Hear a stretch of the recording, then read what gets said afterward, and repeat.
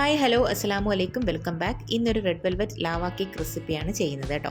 കുട്ടികൾക്കൊക്കെ സ്കൂളിൽ സ്നാക്സിന് കൊടുത്തുവിടാൻ പറ്റിയ ഒരു ഐറ്റം കൂടെയാണ്. ഓവൻ ഇല്ലാതെയാണ് ചെയ്തിരിക്കുന്നത്, കൂടാതെ എഗ്ലെസ്സും കൂടിയാണ്. അപ്പം വീഡിയോയിലോട്ട് പോകുന്നതിന് മുന്നായി വീഡിയോ ആദ്യമായിട്ട് കാണുന്നവരുണ്ടെങ്കിൽ ഒന്ന് ലൈക്ക് ചെയ്ത് ഷെയർ ചെയ്ത് കമൻറ്റ് ചെയ്ത് സബ്സ്ക്രൈബ് ചെയ്തേക്കണേ. അപ്പോൾ അതാ ഇവിടെ ഫസ്റ്റ് സ്റ്റെപ്പ് എന്ന് പറയുന്നത് ഒരു 50 ഗ്രാം വൈറ്റ് ചോക്ലേറ്റും 25 ഗ്രാം ബട്ടറും കൂടെ ചേർത്ത് ഒന്ന് ഡബിൾ ബോയിൽ ചെയ്തെടുക്കാം.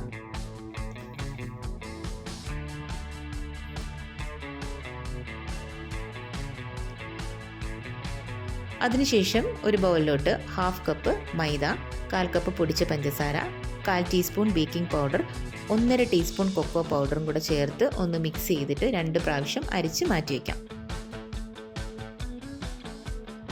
എന്നിട്ട് നേരത്തെ പ്രിപ്പയർ ചെയ്ത് വെച്ചിരിക്കുന്ന വൈറ്റ് ചോക്ലേറ്റ് ഒരു വൈറ്റ് ചോക്ലേറ്റ് മിക്സ്ചറിലോട്ട് ഒരു 1/4 cup plus 2 tablespoon warm milk ഒഴിച്ചു കൊടുത്തിട്ടുണ്ട്.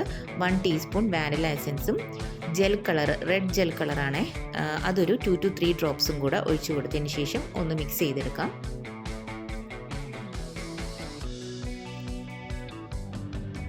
എന്നിട്ട് നേരത്തെ പ്രിപ്പയർ ചെയ്ത് വെച്ചിരിക്കുന്ന മൈദ മിക്സ്ചറിലോട്ട് ഈ ഒരു കൂട്ട് നമുക്ക് ഒഴിച്ചു കൊടുക്കാം. ഒഴിച്ചു കൊടുത്തിട്ടൊന്ന് മിക്സ് ചെയ്തെടുക്കാം കേട്ടോ. ഇവിടെ 3 ചായക്കപ്പാണ് ഞാനിവിടെ എടുത്തിരിക്കുന്നത്. അതിൽ ബട്ടർ അപ്ലൈ ചെയ്തതിന് ശേഷം മൈദ തൂകിയിട്ട് ഒന്ന് ഡസ്റ്റ് ചെയ്തെടുക്കാം കേട്ടോ. അടിക്ക് പിടിക്കാതിരിക്കാൻ വേണ്ടിയിട്ടാണ് ഇങ്ങനെ ചെയ്യുന്നത്. ഇങ്ങനെ ചെയ്യുവാണെങ്കിൽ നല്ല സ്മൂത്തായിട്ട് നമുക്ക് കേക്ക് എടുക്കാൻ പറ്റും.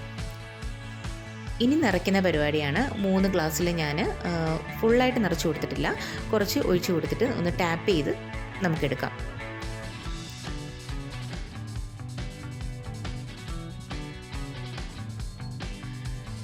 ഞാനിവിടെ നേരത്തെ തന്നെ ഒരു പാൻ പ്രീ ഹീറ്റ് ചെയ്യാൻ വെച്ചിട്ടുണ്ടായിരുന്നു 5 മിനിറ്റ്. അപ്പോൾ അതിലോട്ടാണ് നമ്മളിത് ബേക്ക് ചെയ്യാൻ പോകുന്നത്. ഇതിൻ്റെ മുകളിൽ ഞാനൊരു പാത്രം വെച്ച് കൊടുത്തിട്ടുണ്ട്. അത് വേണമെങ്കിൽ വെച്ചാൽ മതിയാവും കേട്ടോ.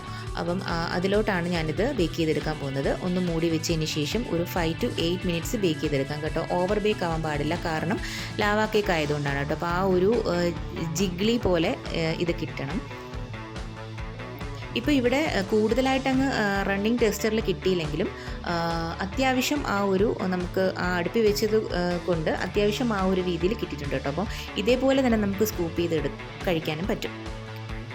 അടിപൊളിയായിരുന്നു കേട്ടോ. അപ്പോൾ നല്ല ടേസ്റ്റ് ഉണ്ടായിരുന്നു ഇതിന്. നമ്മൾ ആ ഓവനിൽ ചെയ്യുന്ന ആ ഒരു ഫീൽ എനിക്ക് കിട്ടിയിട്ടുണ്ട് കേട്ടോ. അപ്പം ഇതാണ് ആ ഒരു ടെക്സ്ചർ.